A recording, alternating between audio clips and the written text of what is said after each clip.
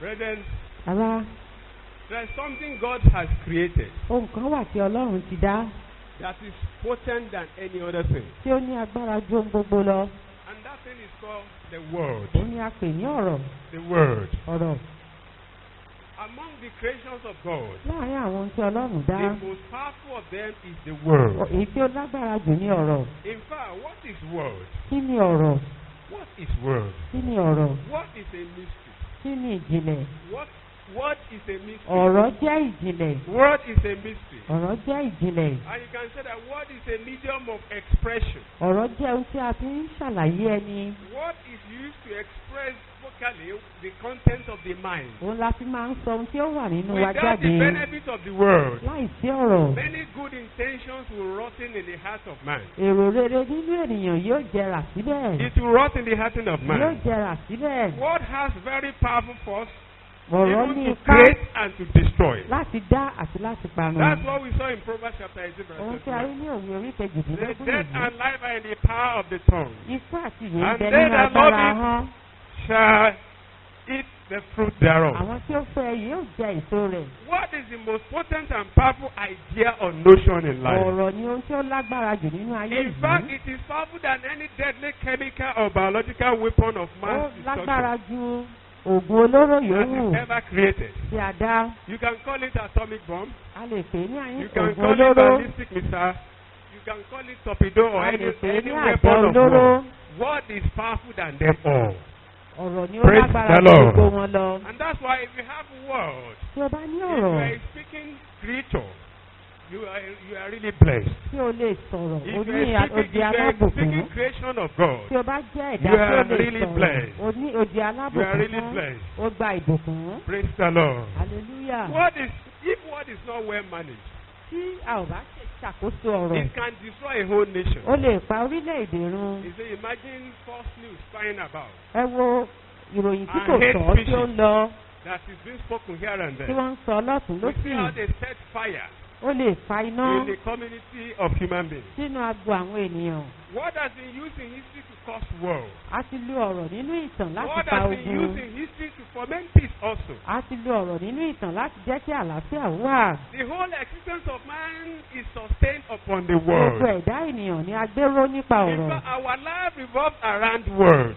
Àríyé wa ojú olórí ọ̀rọ̀. If there is no word, Tí ò bá sí ọ̀rọ̀, there might not be human beings. kò ní sí ènìyàn. Because if word is removed from man's universe, Tí a bá mú ọ̀rọ̀ kúrò nínú agbo ènìyàn, humanity ceases to exist. àwọn ènìyàn ò ní sí. Why? Kìí ṣe. Because the whole life will lack direction. Gbogbo ayé kò ní ní We ìtọ́ni. will lack instruction. Kò ní sí We ìtọ́ni. will lack guide. Kò ní sí We will ìdarí. lack security. Kò ní sí We will ààbò. lack safety. Kò ní sí ààbò. Because all these things are communicated by Gbogbo words. nǹkan wọ̀nyí ni à ń sọ nípa ọ̀rọ̀. Just to show you how important word is to Láti humanity. fi hàn wá gẹ́gẹ́ bí ọ̀rọ̀ ti ṣe pàtàkì sí. When God ordinarily confounded mankind's language, Nígbà tí Ọlọ́run da ènìyàn ní èdè rú. in the beginning at the Tower of Babel, Ní ìbẹ̀rẹ̀ pẹ̀pẹ̀ ní Táwà Bábẹ́lì. you saw the catastrophic that occurred. A rí mọ̀dàrú tí ó ṣẹlẹ̀. They couldn't understand each other again. Èdè ara wọn ò yéra The wọn mọ́. project they were on collapsed Ohun gbogbo tí wọ́n kọ́ ṣubú lulẹ̀. because their communication was Torí confounded. a dà wọ́n lédè rú. That is the power of word. Agbára ọ̀rọ̀ nìyí. That is the power of word. Agbára ọ̀rọ̀ The nìyí. whole universe was created by spoken word. Gbogbo ayé ni a dá nípa ọ̀rọ̀. Word has been used and still being used to make or mark destiny. Ọ̀rọ̀ ni a fi ń tún àyànmọ́ ṣe tàbí tí a fi ń ba àyànmọ́ You jẹ́. recall incantation, enchantment, and divination. Ògèdè, ọ̀fọ̀, All those things you Àti are hearing, àfọ̀ṣẹ. they are words. wọ́n jẹ́ ọ̀rọ̀. They are different kinds of Wọ́n words. jẹ́ onírúurú So ọ̀rọ̀. most of them have been used to make or destroy destiny. Ọ̀pọ̀ wọn ni a ti lò I láti pray ba tonight àyànmọ́ any jẹ́. destiny under the sound of my voice Àyànmọ́ that tó has bá been wà destroyed lábẹ́ by ọ̀rọ̀ word tí a shall ti be fi ọ̀rọ̀ redeemed in the name of Jesus Ni a ó Christ. rà padà ní orúkọ Jésù. Shall be redeemed in the name of Ni a Jesus ó rà Christ. padà ní orúkọ Jésù. Brethren, Ará, what is so powerful? ọ̀rọ̀ ṣe pàtàkì. No wonder God said Adájọ́ Ọlọ́run wípé His words are highly lifted above all His names. ọ̀rọ̀ rẹ̀ ni a gbé ka ju orúkọ rẹ̀ lọ. Praise the Lord. Hallelujah. What a wonder of nature word is. We have different types of words. A ní onírúurú ọ̀rọ̀. We have pleasant words Ọ̀rọ̀ tí ó dùn. and we have unpleasant words. Ọ̀rọ̀ tí kò tọ́. When you hear pleasant words, Tí you a bá know. gbọ́ ọ̀rọ̀ tí ó bá dùn, a mọ̀. Example, if I pray for you now, Tí n bá gbàdúrà fún ọ báyìí, you will be happy, isn't it? inú rẹ yóò Those are dùn. pleasant words. Ó jẹ́ ọ̀rọ̀ tí ó When dára. I praise you, you'll be happy. Tí n bá yìn ọ́, inú rẹ yóò dùn. You know, when I shower encomium on you Tí n bá sọ oríkì rẹ with words, pẹ̀lú your ọ̀rọ̀, head will swell. orí rẹ̀ á wú. And you can do what you were not thinking of doing Ó before. tilẹ̀ lè ṣe ohun tí o rò pé ó máa ṣe. That is the power of pleasant words. Agbára ọ̀rọ̀ tó dùn In nìyí. the same token, Ní ọ̀nà there kan are náà, unpleasant words àwọn ọ̀rọ̀ tí kò dára wà. which when released, Tí a bá tú sílẹ̀, it brings negative changes ó máa mú ohun tí ó lòdì jáde and occurrences. àti ìṣẹ̀lẹ̀ Just tó like I lòdì. said about enchantment, Gẹ́gẹ́ bí mo ti sọ nípa ọkọ̀, incantations, ògèdè and divination. àti àfọ̀ṣẹ. When I pick the horn with red scarf on Tí mo top bá now, gbé ìwo and pẹ̀lú begin the aṣọ enchantment, pupa tí mo I bẹ̀rẹ̀ know sí many of you kọ̀kọ̀, will run away. ọ̀pọ̀ ni yá sá lọ. Praise the Lord. Hallelujah. But what are they speaking? They are Kí ni speaking wọ́n sọ? words. Ọ̀rọ̀ ni. Words. Ọ̀rọ̀. Then what is the source of words? Kí ni orísun ọ̀rọ̀? Many will say, when you ask the Babalawos, Ṣé bá bè lọ́wọ́ they àwọn will tell you oníṣègùn? what comes from Ile-Ife. Wọ́n á ní ọ̀rọ̀ wá láti Ilé-Ifẹ̀. Is what from Ile-Ife? Ṣé Ilé-Ifẹ̀ ni ọ̀rọ̀ ti wá? Is what from Ile-Ife? Rárá, No, word is not from Ile-Ife. ọ̀rọ̀ ò wá In láti fact, the Ilé-Ifẹ̀. word that came from Ile-Ife was created by the Supreme Word. Ọ̀rọ̀ tí ó wá láti Ilé-Ifẹ̀. The source of word is in the beginning. Orísun ọ̀rọ̀ ó wá láti ìbẹ̀rẹ̀. When you consider John chapter 1 verse 1, Tábà wo Jòhánù we saw orísun the ẹsẹ̀ source tó of ní. word there. A rí orísun that ọ̀rọ̀ word níbẹ̀. has been in the beginning Ọ̀rọ̀ ti wà láti àtètè with, kọ́ṣe with God. pẹ̀lú Ọlọ́run. And the word itself is God. Ọlọ́run ni ọ̀rọ̀ That's why náà. it has a creative power. Eléyìí ni ó and fi a ní agbára creative force. ìṣẹ̀dá àti And the ipá. word at the beginning created every other word, Ọ̀rọ̀ láti bẹ̀rẹ̀ including pẹ̀pẹ̀ the one ni ó that, dá the ọ̀rọ̀ one that yòókù. came from Ile-Ife, Àti tí ó wá that they are láti using to Ilé-Ifẹ̀. enchant and bewitch people's Tí lives. wọ́n fi ń ṣe I pray for you ìgbésí ayé àwọn tonight. èèyàn. Mo Every gbàdúrà such fún ọ. word that has been used to bewitch your Gbogbo life, ọ̀rọ̀ ibi tí they wọ́n are ti fi losing ṣe their ìgbésí hold ayé upon rẹ. your life tonight in Aṣọ Jesus' ìbámu wọn name. lórí ayé rẹ ní Because àṣálẹ́ there yìí is a orúkọ pleasant word of Jésù. God coming upon your life. Ọ̀rọ̀ Ọlọ́run And I tí ó pray that dára your wá soul sórí and ayé spirit and rẹ. body shall receive it in Jesus' Ọkàn name. ẹ̀mí àti ara rẹ Praise yóò the gbà ní Lord. orúkọ Jésù. Praise the Lord. Hallelujah. Word, like I said, word is a creator. Ọ̀rọ̀ jẹ́ ohun tí ó ń dá. It's a changer. Ó jẹ́ ohun tí ó yí padà. It's a weapon. Ó jẹ́ ohun èlò. It can manipulate. Ó lè ṣe àyídáyídá. Word has no barrier. Ọ̀rọ̀ ò ní ìdíwọ̀n. When the word is spoken, Tí a bá it sọ, has no barrier. kò ní ìdíwọ̀n. Except it encounters a superior self. Agbára tó ga jù pàdé. A superior self. What can stop word? Ohun tí ó lè dá When ọ̀rọ̀ a dúró. word is released, Tí a bá the tú only thing sílẹ̀. that can stop it Ohun tí ó lè is dá only dúró. when it encounters a superior one. Àbí tí ó bá bá ọ̀rọ̀ tó ga jù pàdé. Praise the Lord. Hallelujah. And that is the word you are here to hear tonight. Òun ni ẹwà The ní láti superior gbọ́ word ọ̀rọ̀ tó ga that jù. will stop every other negative Tí ó word that dá has dúró been spoken gbogbo upon ọ̀rọ̀ your tó life. lòdì tí a ti sọ In the sínú mighty ayé name rẹ. of Jesus Ní Christ. orúkọ Jésù. In the mighty name of Ní Jesus orúkọ Christ. Jésù. In the mighty name of Jesus Ní Christ. orúkọ Jésù. So our focus tonight Tẹ́júmọ́ wa ní is àṣálẹ́ in the yìí. word of Ó God. ní ọ̀rọ̀ Ọlọ́run. We are focusing on the word of À ń God tẹjúmọ́ ọ̀rọ̀ Ọlọ́run. that brings about deliverance, Tí ó ń mú ìtúsílẹ̀ wá. that brings about healing, Tí ó ń mú ìwòsàn that wá. brings about positive Tí changes ó ń mú ìyípadà in the wá. life of a believer. Nínú ayé onígbàgbọ́. Therefore, I'm sharing with you tonight Ohun tí mò ń pín pẹ̀lú yín what ní I àṣálẹ́ yìí. titled Ohun tí mo pè ní. Deliverance by His Word. Ìtúsílẹ̀ nípa ọ̀rọ̀ rẹ̀. Deliverance by His Word. Ìtúsílẹ̀ nípa ọ̀rọ̀ rẹ̀. Deliverance by His Word. Ìtúsílẹ̀ nípa Raise your ọ̀rọ̀ right rẹ̀. hand to heaven where you Fi are ọwọ́ seated. ọ̀tún rẹ sókè ní Raise your ìṣòro right wa. hand where you are seated. Fi ọwọ́ ọ̀tún rẹ And say, sókè. Father,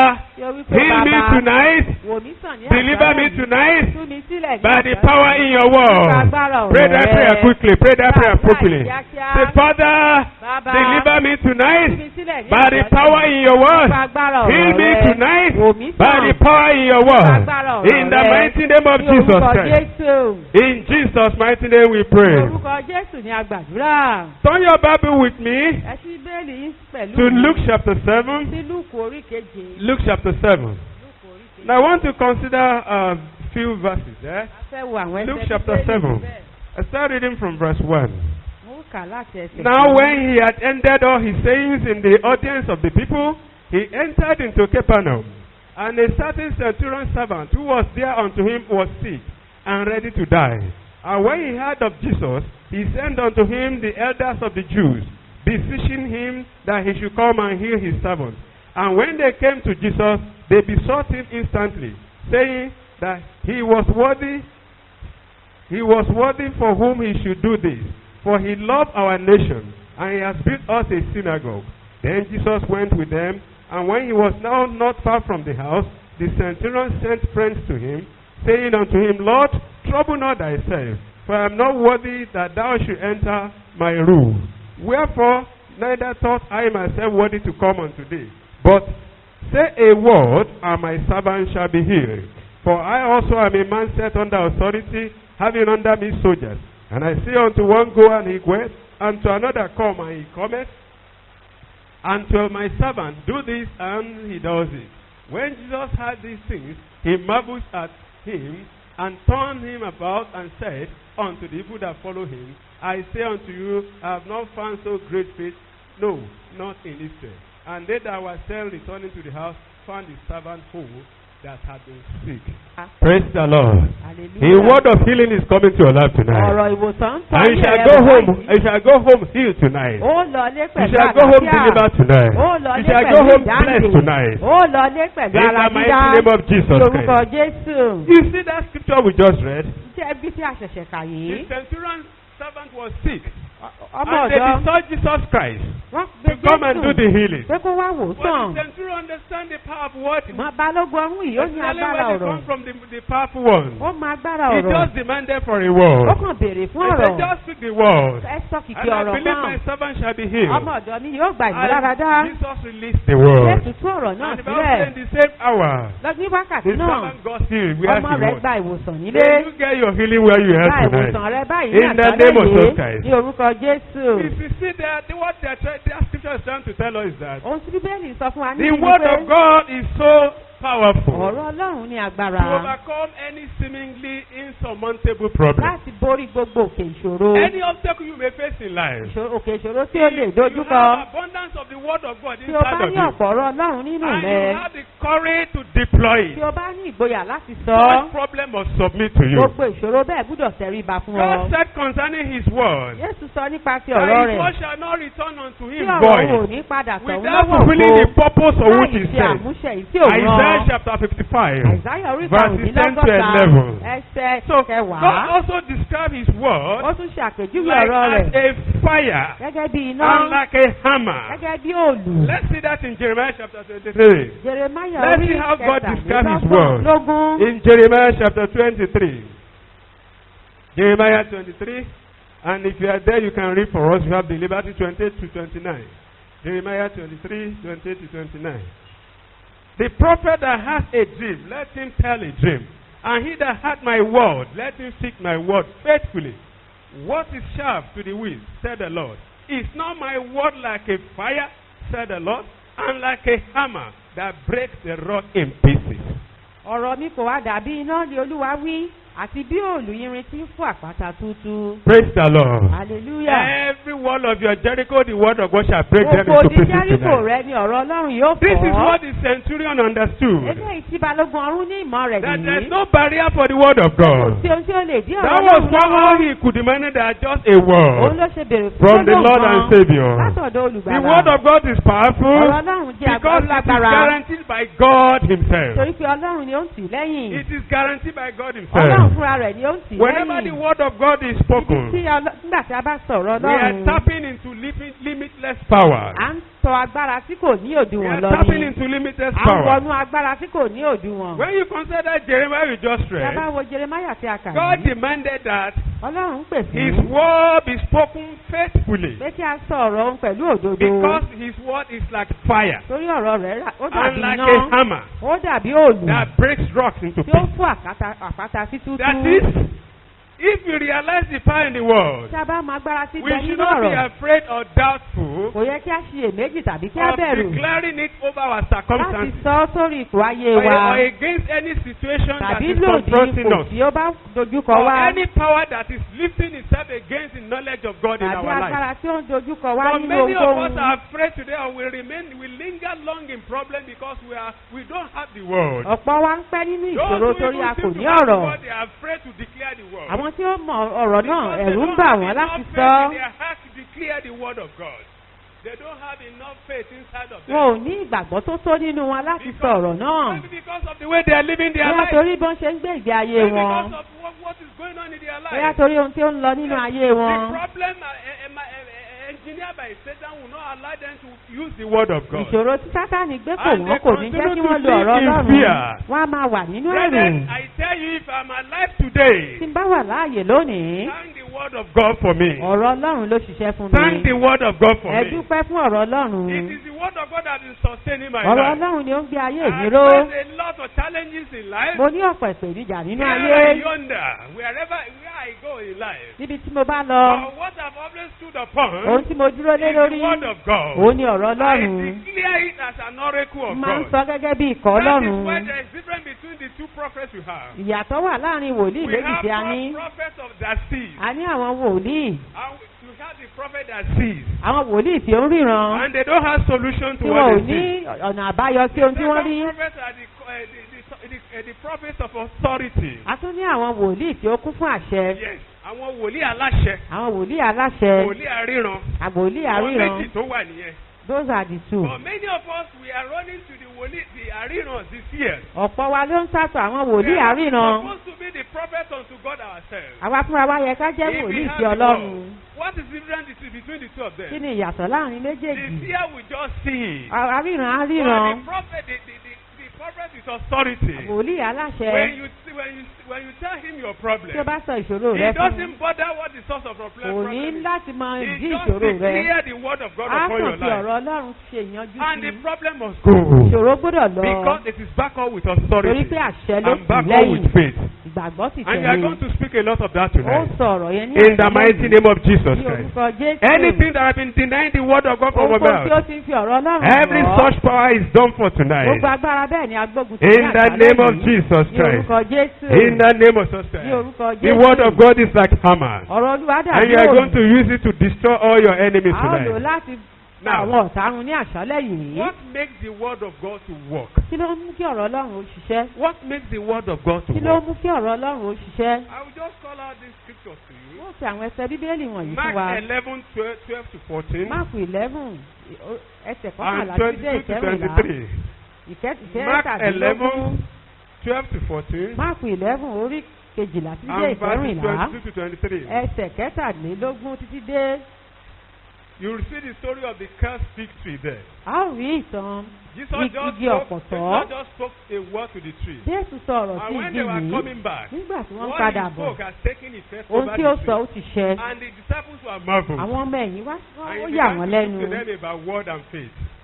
He began to lecture them about ó what bẹ̀rẹ̀ word sí and kọ́ wọn faith. nípa So what is number ìgbàgbọ́ one àti thing that makes ọ̀rọ̀. the word of God to work? kí ni ohun àkọ́kọ́ Number tí ó mú one, kí ọ̀rọ̀ Ọlọ́run faith ṣẹ? in God. ìgbàgbọ́ nínú Faith in Ọlọ́run. God. ìgbàgbọ́ nínú You Ọlọ́run. speak the word without doubt. ó sọ̀rọ̀ yìí What láì is number sí two iyèméjì. thing? kí ni ohun kejì? Believe in your heart ó when you gbàgbọ́ speak the nínú word. ọkàn rẹ. Believe in your heart. ó gbàgbọ́ nínú That what you ọkàn say rẹ. will surely come to ohun pass. tí o sọ yóò wá What sí is number ìmúṣẹ. three thing? kí ni ohun kẹta? You say the word of God that you know, you say it boldly. ó sọ̀rọ̀ Ọlọ́run tí o mọ̀ Say it pẹ̀lú boldly in your àṣẹ mouth. pẹ̀lú ìgboyà Without doubt, without fear. láì sí You ẹ̀rù declare láì the sí word. iyèméjì. Learn to say the word of God bí a ti boldly. sọ̀rọ̀ Ọlọ́run pẹ̀lú What is ìgboyà. number four thing that makes the word kí to ni ohun work? kẹrin tí ó mú kí ọ̀rọ̀ yóò ṣiṣẹ́? You realize that every creation of God has ear to hear the word. ó mọ̀ pé ohun gbogbo tí Ọlọ́run dá ní etí Know láti that every gbọ́ràn. creation of God has ear to hear the ohun word. gbogbo tí Ọlọ́run dá ní etí láti gbọ́ràn. Mark chapter 4, Máàkù orí kẹrin verses 36 to 41. ẹsẹ̀ You realize kẹrìndínlógójì. that Jesus spoke to the storm, Jésù sọ̀rọ̀ sí ìjì. and the storm got still. ìjì sì dúró Isn't jẹ́. it? That is telling you that storm has what? ó túmọ̀ Has sí pé ear. ìjì yìí ní etí. Everything has ear. ohun gbogbo ló ní And that should etí. give you a confidence to speak the word ilé out. láti fún ọ ní ìgboyà láti I sọ pray ọ̀rọ̀ for you náà. today. mo gbàdúrà fún ọ Receive the lónìí. confidence to speak the word in gba Jesus' ìgboyà name. láti sọ ọ̀rọ̀ yìí ní Receive the orúkọ confidence to say the Jésù. word in Jesus' gba name. ìgboyà láti sọ ọ̀rọ̀ Every yìí. creation has ear. gbogbo ohun tí Ọlọ́run dá ní ó Even ní this etí. practice has ear. àwọn àga wọ̀nyí ní I etí. have tested that before. mo ti dán wò I have rí. spoken to metal before. mo ti sọ̀rọ̀ bẹ́ẹ̀ rí. I've spoken to metal before. I've spoken to metal before. mo ti sọ̀rọ̀ sí ohun tí Ọlọ́run dá tẹ́lẹ̀ rí. And the metal heard my voice. irin yìí sì gbọ́ ohùn mi. Praise the Lord. So hallelujah. don't be afraid to speak to any má ṣe situation. bẹ̀rù láti Everything sọ̀rọ̀. has ear. ohun gbogbo ló ní And they etí. must hear wọ́n you. sì ní láti gbọ́ They ẹ. must hear wọ́n ní you. láti gbóhùn rẹ.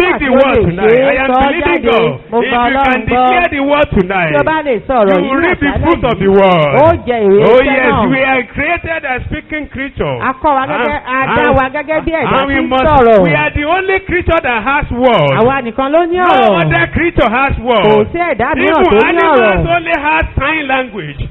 Animals only have sign language. Àwọn They don't have ẹranko words. àmì ni wọ́n ní wọ́n ní ọ̀rọ̀. It's only human being that has words. Ènìyàn nìkan ló Because ní we ọ̀rọ̀. are created in the image of A dá God. wa ní àwòrán Declare the Ọlọ́run. word tonight. Sọ̀rọ̀ In ìjáde your ní àṣálẹ́ yìí situation. nínú ipò rẹ̀. In Jesus' mighty name we Ní declare. orúkọ Jésù ni a I jẹ́wọ́. want to declare some words into your Mo life fẹ́ sọ today. àwọn ọ̀rọ̀ kan sínú And ayé as I'm rẹ̀ declaring báyìí. the words as I Bí mo ti close, ń sọ̀rọ̀ wọ̀nyí jáde. let your amen roar like Jẹ́ kí thunder. àmì rẹ̀ ó máa dún bí àrá. Stand. Let everyone be on his seat Kí now. gbogbo wa I want to declare the káàdì oracle of dúró. God. I want to prophesy according Mo to the fẹ́ word sọ of God in your tẹ́lẹ̀ life. gẹ́gẹ́ bí ọ̀rọ̀ And you Ọlọ́run. stretch for your hand as Ẹ if you gbé want ọwọ́ to yín receive síwájú something. gẹ́gẹ́ bí ẹ fẹ́ Stretch gba for your ẹ̀bùn. hand as if you will receive, Ẹ want to gbé receive ọwọ́ yín something síwájú tonight. láti gba ohun tí ó Stretch for dára. your hand. Stretch for your Ẹ hand. nawọ́ And yín as I síwájú. declare the oracle of God Mo sì tonight, máa sọ̀rọ̀ let your Ọlọ́run. amen roar like Kí àmì thunder. yóò máa dún bí àrá. I say to you Mo tonight, sọ sí ọ ní àṣálẹ́ yìí. you shall not die but O ò ní live. kú bí kò ṣe yíyè. By Jesus' stripes, you are healed in Jesus' Nípa name. ìná Jésù ni a mú ọ lára dá. Affliction shall not rise the second time in your life in Ìbọn tí ò Jesus' ní name. dìde lẹ́rẹ̀kejì nínú ayé Any weapon rẹ̀. formed against your life shall not Ohun ìjà tí a prosper. bá ṣe lòdì sí ayé rẹ̀ ò And ní I ṣe say any rere. weapon that has been formed against your Ohun life ìjà tí a bá ṣe backfire lòdì sí now. ayé rẹ̀ kò In ní the ṣe mighty name rere. of Jesus Ní Christ. orúkọ Jésù. Witches and wizards shall die for your Oṣù sake. àti àjẹ́ yóò kú I nítorí say with rẹ̀. confidence, witches and wizards shall die for Oṣù your àti sake. àjẹ́ yóò kú nítorí In the mighty name rẹ̀. of Jesus Ní Christ. orúkọ Jésù. I declare unto you today, rise Ó sọ from sí zero to Ọlọ́run. hero in the name of Ó Jesus máa lọ Christ. láti ògo dé ògo. I divert the riches of the Gentiles to your location in Jesus' name. Ohun gbogbo á ṣe déédéé I pẹ̀lú divert the rẹ̀. riches of the Gentiles to your Ó location in darí Jesus' ọ̀rọ̀ àwọn name. kèfèrí sí From àyíká rẹ̀ ní orúkọ today, you Jésù. shall no longer experience want in Jesus' name. Látò ní lọ òní ṣaláìní For ohun your tó God shall dára. supply your need in Ọlọ́run ni abundance. yóò pèsè fún In the àìní name rẹ̀ of ní Jesus ọ̀pọ̀ Christ. rẹpẹtẹ. You shall walk upon the high places of Ó the rìn earth. ní àwọn ibi You gíga. shall be above and not beneath. Ó wà lókè You òní shall be head and never the Ó jẹ́ tail. orí òní jẹ́ ìrù. Your mockers shall become your workers. Your mockers shall become your Àwọn workers. ẹlẹ́yà rẹ̀ yóò In jẹ́ àwọn Jesus' tí ó bá mighty ọ name. yọ̀ ní orúkọ By the oracle Jésù. of God, I turn your money to your dancing in Jesus' name. Mo sọ I ẹkún turn rẹ̀ your dẹ̀rín. reproach to your glory in the name Mo of sọ Jesus ẹ̀gàn Christ. rẹ̀ dògo. God shall make way for you where there seems no Ọlọ́run yóò way. lànà fún ọ níbi tí kò sí You ọ̀nà. shall escape the snares of the fowlers.